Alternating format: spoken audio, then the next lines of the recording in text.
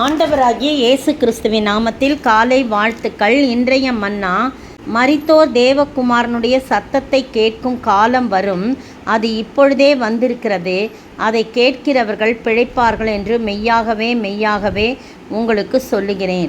யோவான் 5:25. இதில் பார்த்தீங்கன்னா, மரித்தோர் தேவகுமாரனுடைய சத்தத்தை கேட்கும் காலம் வருமா, அது இப்பொழுதே வந்திருக்கிறது, அதை யார் கேட்குறாங்களோ, தேவகுமாரனுடைய சத்தத்தை யார் யார் கேட்குறாங்களோ அவங்க பிழைப்பாங்க அப்படின்னு சொல்லி போடப்பட்டிருக்கு. அப்போ ஆண்டவருடைய சத்தத்தை நாம் கேட்க வேண்டும். மரித்தோர் அப்படின்னு சொல்லும்போது இறந்து போனவங்க இல்லை, நம்ம மரித்த நிலைமையில் காணப்படுங்க, பாவத்தில் மரிப்பவர்கள் அப்படிலாம் இருக்குது இல்லையா, அந்த மரித்தவர்களை குறித்து தான் இதை சொல்லப்பட்டிருக்கு. அப்போது பாவத்தில் மரித்தவர்கள் தேவகுமாரனுடைய சத்தத்தை கேட்டு அவர்கள் சத்தத்துக்கு கீழ்ப்படியும் போது நாம் பிழைப்போம் அப்படின்னு சொல்லப்பட்டிருக்கு. முந்தின வசனத்தை பாருங்கள். என் வசனத்தை கேட்டு என்னை அனுப்பினவரை விசுவாசிக்கிறவனுக்கு நித்திய ஜீவன் உண்டு, அவனுக்கு மரணம் இல்லை, அவனுக்கு நித்திய ஜீவன் உண்டு, அவன் ஆக்கினைக்கு உட்படாதபடி மரணத்தை விட்டு நீங்கி ஜீவனுக்குட்படுகிறான் என்று மெய்யாகவே மெய்யாகவே உங்களுக்கு சொல்லுகிறேன். இவர் தான் இந்த காரியம்தான் பாருங்கள். அவங்க ஆண்டவருடைய வார்த்தைகளை கேட்டு நித்திய ஜீவனை பெற்று என்றென்றைக்கும் ஜீவனுக்குட்பட்டிருக்கிறவர்களாக இருக்கும்போது அவங்கள என்ன ஆச்சு, அவங்க ஆண்டவருடைய சத்தத்தை கேட்கிறவர்கள் பிழைப்பார்கள் என்று சொல்லப்பட்டிருக்கு. மரித்தோர் தேவனுடைய சத்தத்தை கேட்பார்னா, மரித்த நிலைமையில் இருப்பவர்கள் கர்த்தருடைய சத்தத்தை கேட்டு மனம் திரும்பி வாழும் பொழுது அவர்கள் பிழைப்பார்கள் என்று மெய்யாகவே மெய்யாகவே உங்களுக்கு சொல்லுகிறேன் என்று சொல்லப்பட்டிருக்கு. ஏனெனில் பிதாவானவர் தம்மில் தாமே ஜீவனுடையவர்களாய் இருக்கிறது போல குமாரனும் தம்மில் தாமே ஜீவனுடையவராய் இருக்கும்படி அருள் செய்திருக்கிறார். அதனால் பிதாவானவர் எப்படி இருக்காரோ அதே மாதிரி குமாரனானன் எப்படி இருக்கிறாரோ அதே போல் கர்த்தருடைய பிள்ளைகளாகிய நாமோ உயிரோடு இருக்கிறவர்களாக நித்திய ஜீவன் பெற்றவர்களாய் நாம் அவருடைய சத்தத்துக்கு கீழ்ப்படியும் போது நாம் என்றென்றைக்கும் பிழைக்கிறவர்களாக இருப்போம். அப்படிப்பட்ட ஒரு ஆசீர்வாதத்தை நாம் கேட்க வேண்டும். பாருங்கள், இதை குறித்து நீங்கள் ஆச்சரியப்பட வேணாம். பிரேத குழியுள்ள அனைவரும் கூட அவருடைய சத்தத்தை கேட்கும் காலம் வரும். ஆனால் நம்ம உயிரோடு இருக்கிற நாம் மரித்த நிலைமையிலிருந்து விட்டு நீங்கி அவருடைய சத்தத்தை நாம் கேட்க வேண்டும். கொலோசேயர் பார்த்திங்கன்னா, கொலோசேயரில் 2:13 பாருங்கள் ஒரு வசனம் இருக்குது. அது உங்கள் பாவங்களினாலேயும் உங்கள்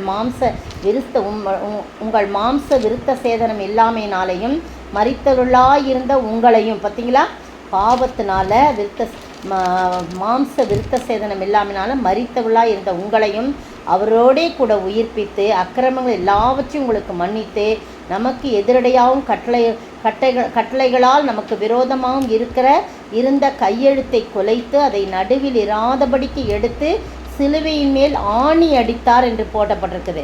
துரைத்தனங்களையும் அதிகாரங்கள் உரித்து கொண்டு வெளியரங்கமான கோலமாக்கி அவைகளின் மேல் சிலுவையில் வெற்றி சிறந்தார். அப்படி வெற்றி சிறந்த ஆண்டவரை நாம் ஆராதித்து கொண்டிருக்கிறோம். நாம் பிழைக்கும்படியாக மரித்த நிலைமையில் அல்ல, நாம் மரித்த நிலைமையிலிருந்து நாம் நித்திய ஜீவனை பெற்றுக்கொண்டவர்களாக அவருடைய வார்த்தைகளுக்கு கீழ்ப்படிந்து இருக்கும்போது நாம் என்றென்றும் பிழைத்து இப்படிப்பட்ட ஆசீர்வாதத்தை பெற்று வாழ ஆண்டவர் தாமே கிருபை செய்வாராக. ஆமேன்.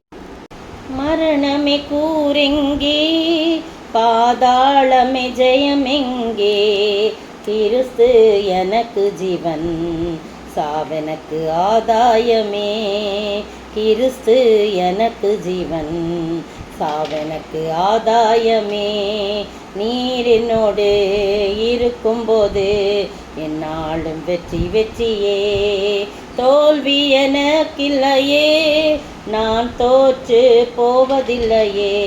ஸ்தோத்திரிக்கிற ஆண்டவரே, துதிக்கிற ராஜா, கர்த்தாவே, மரித்தவர்கள் கர்த்தாவே உம்முடைய வார்த்தைகளை கர்த்தாவே கேட்டு அதன்படி நடக்கும்போது பிழைப்பார்கள் என்று எழுதப்பட்டிருக்கிறது.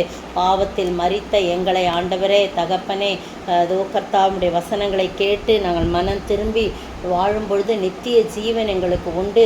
நீர் ஜீவனுள்ளவராக எங்களிடத்துல இருந்து நாங்கள் பிழைக்கும்படியாக நீங்கள் கிருபை செய்கிறீங்க. அதற்காய் ஸ்தோத்திர ஆண்டவரே, துதிக்கிறப்பா. அப்படிப்பட்ட ஆசீர்வாதத்தை நாங்கள் பெற்று வாழ நீர் கிருபை செய்ய வேண்டும் என்று கர்த்தரும் மீட்பரும் ராஜாமா இயேசு கிறிஸ்துவின் விலையேறப்பட்ட நாமத்தில் ஜெபிக்கிறேன் பிதாவே, ஆமேன். நேற்றைய பதில், ஐஸ்வர்யவான் தேவனுடைய ராஜ்யத்தில் பிரவேசிப்பதை பார்க்கிலும் ஒட்டகமானது ஊசியின் காதிலே நுழைவது எளிதாயிருக்கும் என்றார். மார்க்கு 10:25. இன்றைய கேள்வி: வஸ்திரத்தை எறிந்துவிட்டு எழுந்து இயேசுவினிடத்தில் வந்தவன் யார்? அவன் தகப்பன் யார்? வஸ்திரத்தை எறிந்துவிட்டு எழுந்து இயேசுவினிடத்தில் வந்தவன் யார்? அவன் தகப்பனுடைய பெயர் என்ன?